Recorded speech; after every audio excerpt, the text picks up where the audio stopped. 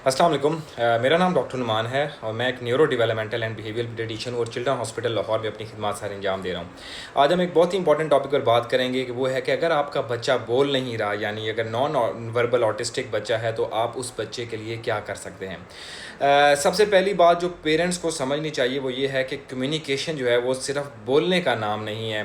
बच्चा अगर इशारों से, तस्वीरों से, डिवाइसेस से या किसी भी ऐप के थ्रू अगर अपनी चीज़ों को कम्युनिकेट कर सकता है तो ये ऑप्शन भी हम बच्चे में अवेल कर सकते हैं। तो आज मैं आपको वो प्रैक्टिकल ऑप्शंस बताऊंगा जो पाकिस्तान में रहकर आप भी यूज़ कर सकते हैं और बच्चे की कम्युनिकेशन में वो चीज़ें हेल्पफुल हो सकती हैं। तो उसमें सबसे इंपॉर्टेंट चीज़ है, आपको पता होना चाहिए कि नॉन वर्बल होने का क्या मतलब है। नॉन वर्बल का मतलब ये होता है कि आपका बच्चा कम्युनिकेट नहीं कर पा रहा, यानी कुछ बच्चे बिल्कुल नहीं बोलते और कुछ साउंड्स निकालते हैं या सिर्फ थोड़ा थोड़ा कोई लफ्ज़ बोलते हैं, तो हम इस सब को नॉन वर्बल में काउंट करते हैं। मगर उनके पास कम्युनिकेशन की एबिलिटी होती है, बस हमें सही टूल्स और सही ट्रेनिंग उन बच्चों को अगर दें तो वो बच्चे बेहतर तरीके से कम्युनिकेट कर सकते हैं। इसलिए एक बहुत ही इंपॉर्टेंट कॉन्सेप्ट है जिसे हम कहते हैं AAC, augmentative and alternative communication.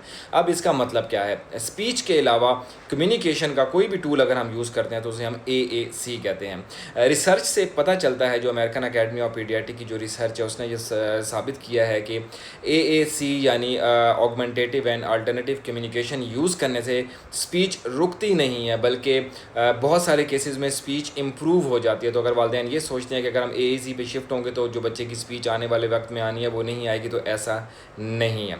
दूसरा इंपॉर्टेंट पॉइंट है कम्युनिकेशन का सिंपल तरीके से रखना। सबसे पहले जो है हम सिंपल कम्युनिकेशन मेथड यूज़ करते हैं, जिसमें सब जो इंपॉर्टेंट चीज़ जिसे हम कहते हैं जेस्चर्स हैं और पॉइंटिंग जो होती है। बच्चे को सिखाया जाता है कि अगर कोई चीज़ की तरफ पॉइंट करे, जो भी उसको चीज़ चाहिए तो हम उसको वो चीज़ दे देते हैं। तो ये कम्युनिकेशन का एक ज़रिया है। दूसरा इसमें एक ज़रिया जिसे हम कहते हैं पिक्चर कम्युनिकेशन, यानी जो चीज़ बच्चे को चाहिए वो बच्चा तस्वीर दिखा कर मांग लेता है, तो ये भी कम्युनिकेशन का एक ज़रिया है। इसकी मिसाल ये है कि अगर एक बच्चा चाहता है कि उसको जूस चाहिए तो वो जूस की एक पिक्चर पकड़ा के आपको दे देगा, जिसको हम अपनी स्पीच थेरेपिस्ट जो हैं वो पैक्स का नाम देते हैं, यानी पिक्चर एक्सचेंज कम्युनिकेशन सिस्टम।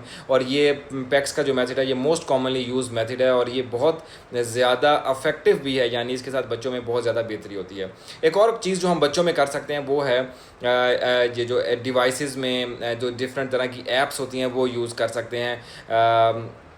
ये अल्टरनेटिव कम्युनिकेशन के लिए डिफरेंट ऐप्स अवेलेबल हैं, क्योंकि आजकल हर एक के पास मोबाइल फ़ोन है, टैबलेट्स हैं। उनकी वजह से कम्युनिकेशन को बहुत बेहतर किया जा सकता है।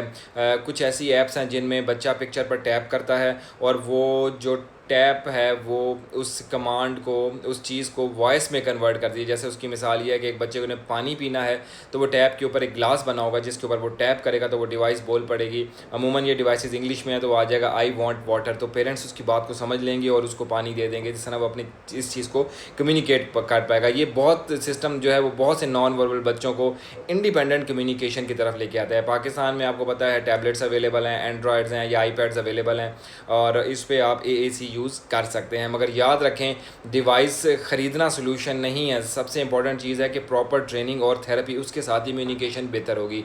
स्पीच थेरेपिस्ट या जो स्पेशल एजुकेटर हैं उनकी गाइडेंस बहुत ज़्यादा बहुत ज़्यादा इंपॉर्टेंट है। इंडिपेंडेंट आप ये काम नहीं कर सकते। उसके बाद पेरेंट्स क्या कर सकते हैं, अगर आपका बच्चा नॉन वर्बल है तो पेरेंट्स को कुछ इंपॉर्टेंट स्टेप्स लेने चाहिए, जिसमें एक चीज़ मैं कहता हूँ कि जल्दी इंटरवेंशन शुरू कराएं। जितनी जल्दी थेरेपी स्टार्ट होगी उतना बेहतर आउटकम होगा।